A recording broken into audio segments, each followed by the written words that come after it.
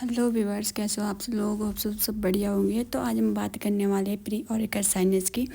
Pre auricle sinus क्या होता है, इसके साइन एंड सिम्टम्स क्या रहते हैं और ये किस टाइप से इन्फेक्टेड हो जाता है, इसके कॉज क्या होंगे और इसके इन फ्यूचर क्या क्या कॉम्प्लिकेशन हो सकते हैं। तो आज मैं इन सब के बारे में आपको बताऊंगी। बिकॉज प्री ऑरिकल साइनस वैसे तो बाय बर्थ पाया जाता है, ये मोस्टली राइट ईयर पे रहता है और ये ऐसा नहीं है कि सभी जितने भी बच्चे होंगे उन सभी के होंगे, किसी किसी के ये देखने को मिलता है। कंजेनाइटल होता है, बाय बर्थ पाया जाता है। तो जो हमारा ईयर रहता है वो मोस्टली 6 हिलॉक्स से मिलकर बना रहता है। तो उसमें क्या रहता है कि जब बचपन में हमारा जो एम्ब्रियो पीरियड रहता है उस टाइम पे जो हमारे फर्स्ट और सेकंड हिलॉक्स रहते हैं वो पूरी तरह जब फ्यूज़न नहीं हो पाता तो उस वजह से वहाँ पर एक साइनस रह जाता है, जिसकी वजह से एक होल सा बन जाता है। और वो होल वैसे अगर नॉर्मली है तो उसकी कोई दिक्कत नहीं है, आप उसके साथ सर्वाइव कर सकते हो, उससे कुछ भी आपको प्रॉब्लम नहीं हो सकती है। बट इन फ्यूचर अगर उसी साइनस में इन्फेक्शन हो जाता है तो उसके कॉम्प्लिकेशन आने लगते हैं।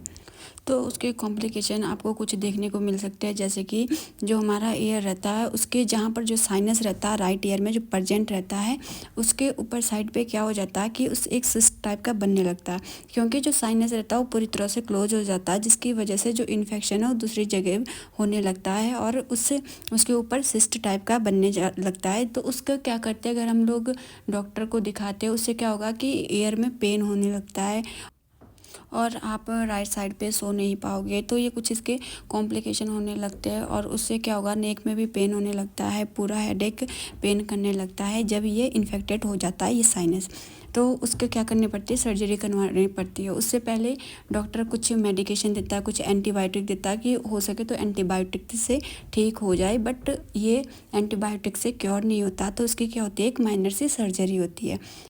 तो सर्जरी में डॉक्टर क्या करेगा, आपको 12 आवर एनपीओ रखा जाता है और उसके बाद आपकी जो सर्जरी है वो परफॉर्म की जाती है। तो सर्जरी में जो क्या रहता है कि जनरल एनेस्थीसिया पे की जाती है, लोकल एनेस्थीसिया पे नहीं की जाती है सर्जरी। तो इसकी जो सर्जरी रहती है माइनर से सर्जरी रहती है जो कि आपकी जनरल एनेस्थीसिया पे की जाएगी। इसकी जो सर्जरी रहती है लगभग 1 आवर्स की रहती है, इतना इसमें टाइम लग जाता है सर्जरी के टाइम पे। और सर्जरी के बाद वहाँ से कुछ इस टाइप का सिस्ट निकलता है। तो जब सर्जरी कंप्लीट हो जाती है उसके बाद आपको 1 डे हॉस्पिटल में रखा जाता है। और इसका जो मैं अगर बात करती हूँ कि टोटल इसके सर्जरी का, तो अकॉर्डिंग टू हॉस्पिटल पॉलिसी इसका अलग अलग प्राइस रहता है। लगभग अप्रॉक्स मानो तो 25 या 30 तक इस पर खर्चा आता है। और 1 डे बाद आपको क्या किया जाता है, डिस्चार्ज किया जाता है। उस दिन जिस दिन सर्जरी होती है शाम तक कुछ भी खाने को नहीं जाता। और दूसरा इसका अगर मैं कॉम्प्लिकेशन की बात करती हूँ तो इसके कॉम्प्लिकेशन क्या रहता है कि जो हमारी ड्रेसिंग की जाती है प्रेशर ड्रेसिंग की जाती है, जिससे कि राइट साइड पे स्वेलिंग हो सकती है उस टाइम पे। फिर 5 डेज तक या 7 डेज तक प्रेशर बैंडेज लगा रहता है। उसके बाद 7 डेज के बाद प्रेशर बैंडेज रिमूव किया जाता है। देन उसके बाद उस पर सूचर्स लगे रहते, 5 या 6 समथिंग इसमें सूचर लगे रहते हैं। उसके बाद इसका कोई भी कॉम्प्लिकेशन नहीं रहता, आप नॉर्मली वर्क पे जा सकते हो 7 डेज बाद या फिर नॉर्मली वर्क कर सकते हो। देन उसके बाद 7 डेज बाद या 10 डेज बाद इसके सूचर भी रिमूव हो जाते हैं।